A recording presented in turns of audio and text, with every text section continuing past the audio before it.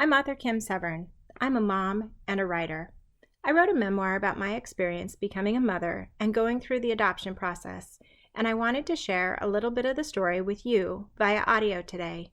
I want to let moms and women who hope to become moms out there, at whatever stage of the journey you're in, know that you are not alone. The feelings you're experiencing can feel so intense and bewildering, such extremes of joy and fear and anticipation. If you're out there feeling these feelings, I see you. I hope you can relate to my story. The making of a mom, career woman, and mom. It was our second Christmas Eve night as a family.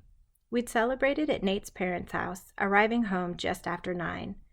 Theo, 14 months, was on the second day of a fever of 101.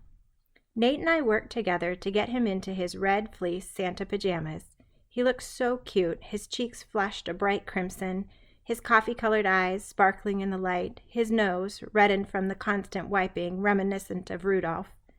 Poor little buddy, I soothed as I carried him into the kitchen, where Nate stood at the counter with a bottle of Tylenol, using what looked like a big syringe to suck the red liquid out of the bottle. The pharmacist had recommended using it to ensure Theo got exactly the right dose. After filling it, Nate tipped the syringe upside down, open end facing the ceiling, to get the air out so he didn't shoot the medicine into Theo's mouth too fast and make him gag. We'd already made that mistake. But the plunger wouldn't budge. A few seconds and a little more pressure later, Nate got the plunger unstuck and the medicine shot into the air, splattering the ceiling and raining down on all three of us, covering us in sticky red goo. "Well, aren't we festive?" Nate deadpanned as we both dissolved into fits of laughter. To this day, I have no idea how 1 teaspoon of medicine could make such a huge, sticky mess. It was everywhere. Theo looked back and forth from one to the other of us, as if thinking, "Yep, they've lost it. I thought I had at least a few more good years with them, but they've cracked." "Well, looks like it's working now," Nate said through tears of laughter. "Yep, I guess so. I'll get our boy cleaned up while you ready another dose." I walked out of the kitchen, still laughing and shaking my head. A drop of Tylenol dripped from my bangs onto my cheek. "Guess we need to clean Mommy up too, huh, buddy?" That beautifully imperfect moment was the highlight of our holiday.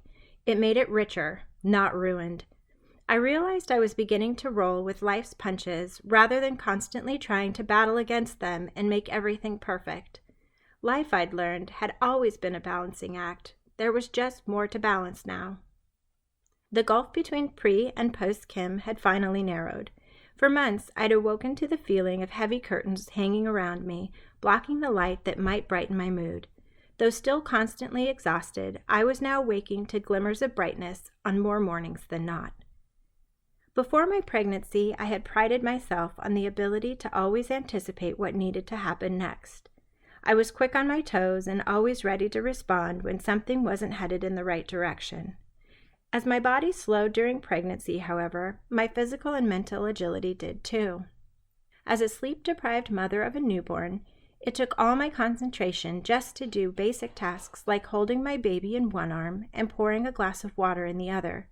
Nothing came like second nature as it had before. With time, I slowly regained my ability to navigate my day and manage everything that fought for my attention. The puzzle pieces of my new life began to fit together as I figured out how people related to me not just as a career woman or a mother, but as a career woman and a mother. Before Theo, I was the first to volunteer for overtime at work or for a community event on the weekend.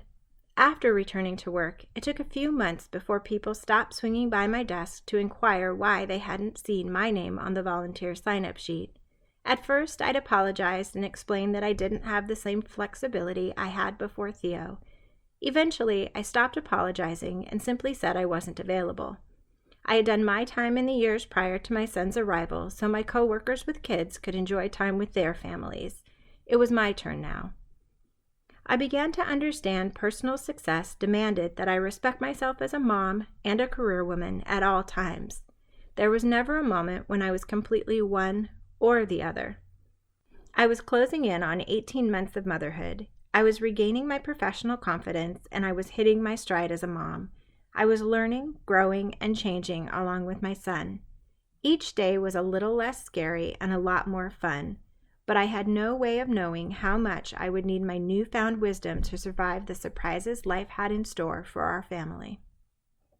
Thanks for listening to this excerpt of The Making of a Mom. To learn more, visit our website at longestdaypress.com. And again, thanks for listening.